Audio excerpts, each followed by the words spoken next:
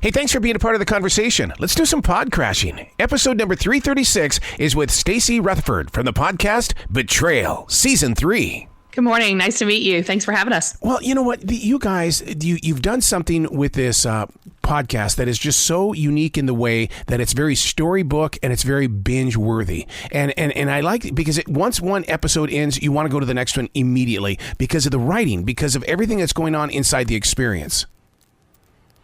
Absolutely.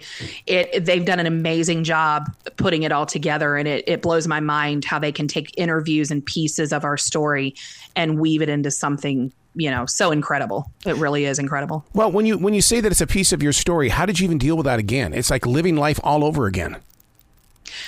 It's when you live it for the 3 years that we've lived it, it just becomes, I think, a part of your daily life and who you are. And for us, talking about it and getting it out there, because for so long we were silent, that it's become a whole nother level of our healing that I don't think we would have ever had if we had not done something like this. Well, don't you think that people that are listening have gone through it or are seeing things from this going, oh my God, this could be me. And you're actually educating your listener as well? That was one of our main reasons when my son and I sat down and decided to do this together, because he is a huge part of this as well, that we wanted to reach those people because we were those people. He had the same experience of not having anyone that understood him or understood how he felt. Yeah. So in hopes that we could put our story out there, the messiness of it and everything. And we knew, that it was putting a lot, making it public. But we also knew that there was going to be so much good. And we've already seen, people that have come forward and said, that their, fiance came forward after hearing my son's story. So we already know that it's touching lives. Just in court right there, you just automatically go into prayer. It doesn't matter if you're in your office or if you're driving the car. When you start experiencing that on the podcast, it's a moment for everybody. Oh, yeah. When you're talking about his speech. Oh, yeah.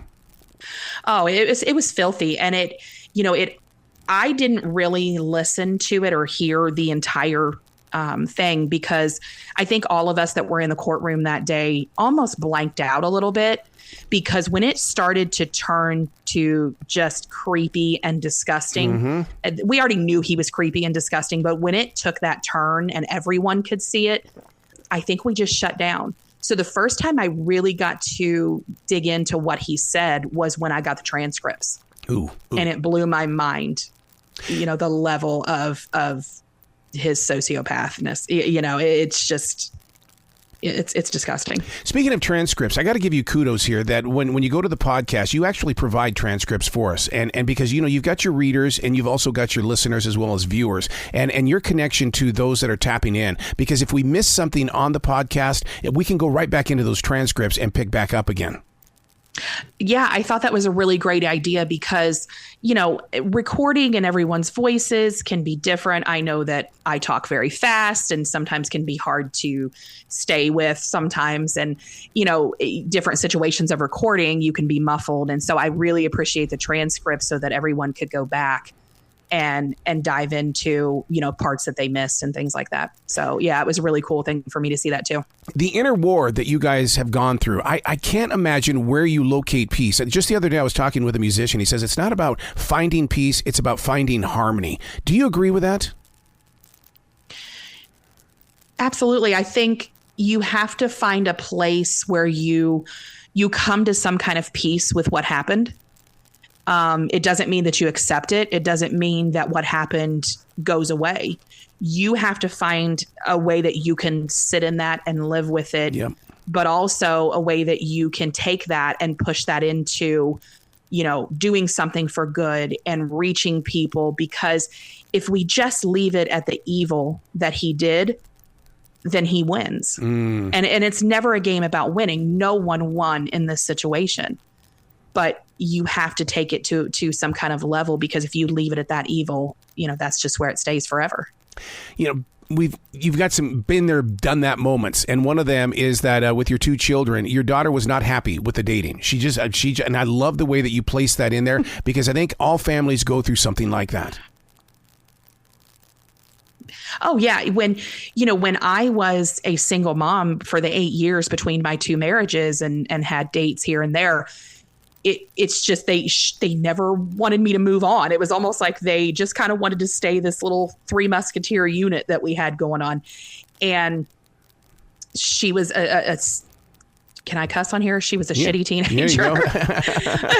She was a shitty teenager. And, it was all about her. And she didn't want to watch him while I went on dates. And, why do you got to be with that person? And, when I finally met him, they just embraced him. It was the first person that they ever really had a connection with. And I didn't date a ton. It wasn't, every other week, somebody new, but it was finally a person that they connected with, and I felt they were safe around and they loved him and instantly formed a connection with him. I would love to know how many women are going to reach out to you to go, the signs were there that there was a breakup coming. It was always, always, always there, but you were so in love. And I totally understand that, because my first marriage was the same way. I was not going to break up, but yet it was a messy son of a gun is what it was. I mean, but did you see the signals? Are you speaking of my first marriage with my older kid's father? Oh, yeah. No, because I think that I was so focused on, being a mom, raising my family, and having, everything that I wanted, that family unit with him. And, my first husband and I, we never really fought. I knew that we did not have that crazy, wild marriage that some people had. And, but I thought what we had was good. And I never saw divorce even being an option in that. I was completely blown away. I look back on it now, years later, from a lens of, we weren't compatible. I mean, Tyler says to me all the time, I don't even know how you two could have been married. Right. You guys were so different. I don't even see it, because he was 2. So he has no clue what our marriage was. Now, Michaela has a different view, but it's really hard to say there were signs, because, everybody has rough patches in their marriage, and that doesn't mean you just run to divorce court. Right. So, I didn't see it that way. I just saw that we had pretty much a normal marriage like everybody else did. It ebbed and flowed. Did you pull from your journals or anything like that for this to come together? Because, I mean, it's laid out so perfectly. This is not just somebody, ad-libbing or doing some improv here. I mean, this is perfectly laid out. That I have to give credit all to the Betrayl podcast team. When I tell people how this was put together, it was sitting down, having conversations with Carrie and Andrea of just, tell me your story. Tell me about this. Tell me what happened. And then they build a story around what we say and put everything all together. So it is just conversations that we've had that they've been able to pick things out of what we say. There may be times that they have to come to us and say, oh, we need a little bit more on this. Mm-hmm. But generally, it's from conversation. Yeah, because I like the way that the sound bites really tell the story. It's not like a news event or anything like that. I mean, they really drop in those sound bites at the perfect time. Yeah, absolutely. And it's beautifully written. I there's no way I could ever put it together like that. And I remember, when the first episode come out, I said to my sister or someone, like, they really made me and Justin's relationship and our dating sound like a whirlwind romance. I'm like, I need you to know that it was not like that. They made it sound way more magical than what it was. I mean, I'm sure at the time I thought it was magical, but I remember thinking, oh, that sounds fairy tale-ish. I don't remember that. Tyler stepping forward. That's a game changer in the story. Absolutely.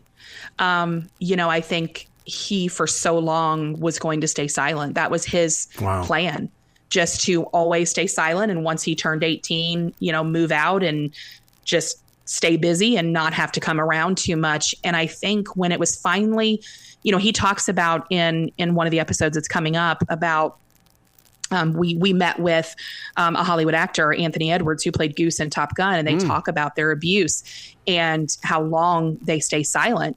And his thought was, he stays silent. This is only happening to me. It's nobody else but me. And he realizes after a conversation with my sister that his little brother could possibly be next up if, once Tyler would have left the home. And that ultimately is what brought him forward, I think, is thinking about that, oh gosh, this can happen to my brother. Wow. Now, in the way of love being love, we know that it's blind. We also know that it's forgiving, but it affects the heart. When it affects the heart, it affects other people. What about everybody around you? I think that's been really hard for me, is because, I love the people that I love, and my friends are my family, and, everyone around us was affected by this. Mm-hmm. You don't realize, friends of mine who came into our home who now check bathrooms when they go to the bathroom for cameras. Patients. I had a patient of his reach out to me and say, I thought your husband walked on water until he didn't. He was, he saved my life. And then this happens, and so now she has not been to the doctor since this happened. It breaks my heart for just how far it reached. And you don't realize how far it reaches. Just every corner of our lives and every person that interacted with us. I'm sure it's changed the way, parents allow their children. I know a girl from my work said, I will no longer allow my children to stay the night at people's houses after I've heard your story. Yep. It's so true. It's so true. It has completely changed people's lives. Everywhere you go, you're being watched. And it doesn't mean that you're being watched, because of theft or anything like that. There's always somebody that's going to try to steal something from you. Oh, a week after all the court stuff was done, I took my children, all of us, on a cruise this past February, just to kind of start over and make some good memories and just have some fun and not focus on what was going on. A week after we came home, it was found that the cruise ship we were on, one of the room stewards had placed video cameras in the rooms. And we were just sick. I remember my daughter texting me like, it wasn't our floor, Mom, thank God. But you don't realize everywhere you go, this evil is there. You just have to be aware. And I think we've spent a lot of time kind of being blind to some of the things because it's an ugly thing to talk about.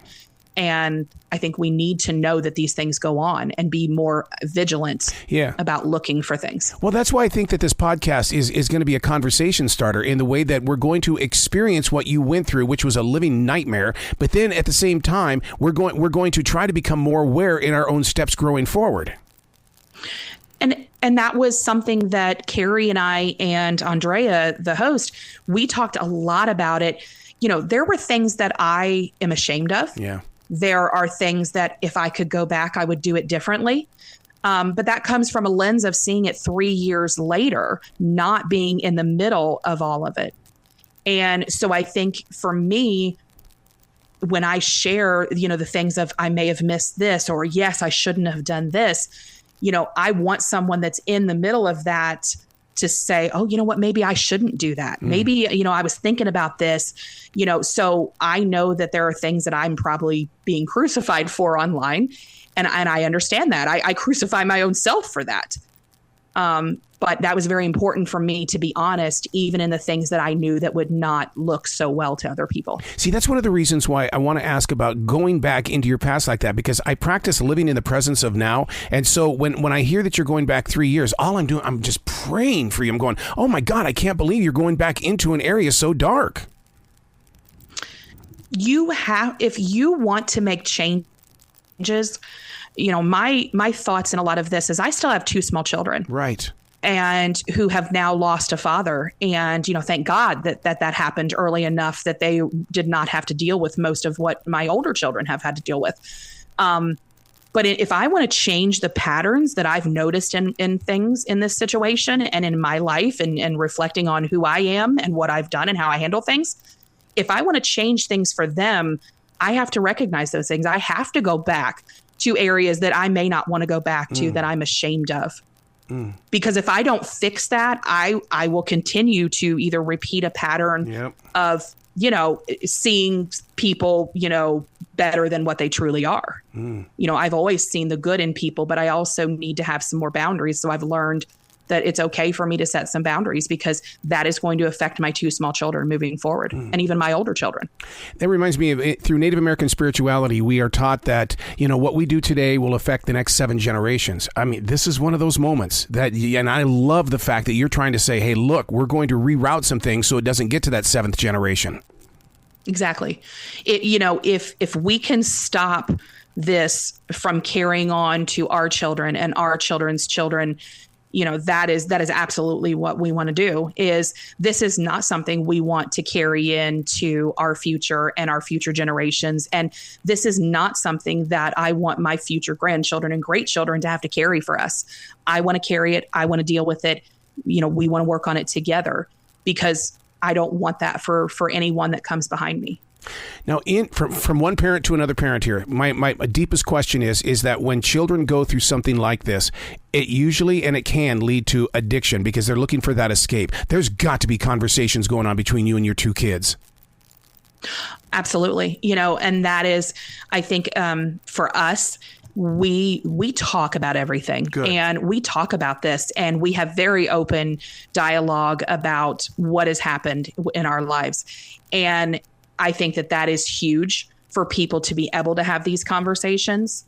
And Tyler and I have talked about, addiction and how this can turn into things. And when we have unprocessed trauma and you don't deal with it, it can manifest into so many different things.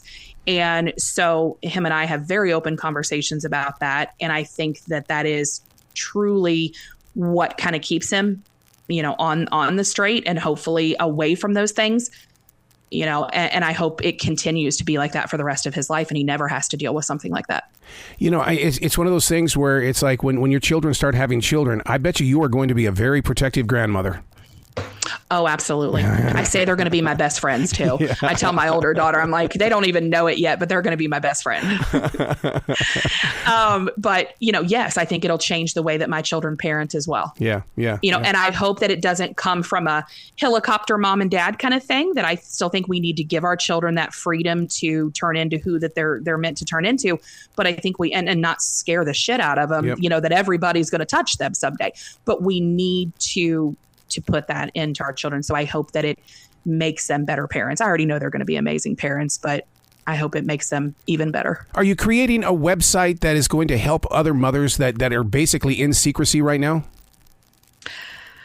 I don't know what our plan is. I really don't. This has been far more than we ever imagined. The reach, the people. I mean, we've even heard from men that have come forward to say that they have been abused since hearing Tyler's story. So we know that the reach is there. We know that this is something that needs to be talked about. But I don't know where we're going to go next with it. I think that's something we kind of need to sit on and take all this in right now, because it's been a little overwhelming in good ways, in bad ways, doing this. So I think we need to process it before we figure out our next step. You got to come back to the show anytime in the future. The door is always going to be open for you. Absolutely. Thank you so much for having us. But yeah, definitely listen and take it to heart, and, take it to your children and your friends' children, and let's, start making this more something that people are okay to talk about. Absolutely. Be brilliant today. Okay. Yeah. All right. You too. Thank you. Have a great day.